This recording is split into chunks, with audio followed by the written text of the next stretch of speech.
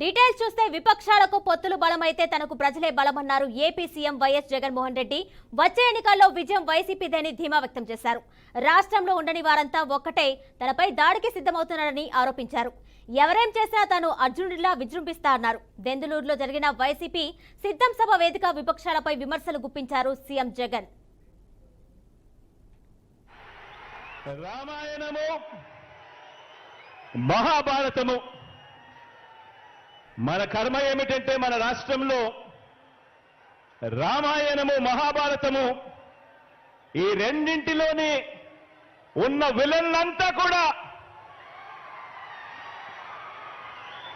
ఓ చంద్రబాబు నాయుడు గారి రూపేనా, ఓ ఈనాడు రూపేనా, ఓ ఆంధ్రజ్యోతి రూపేనా, ఓ టీవీ5 రూపేనా, ఓ దత్తపుత్రుడి రూపేనా,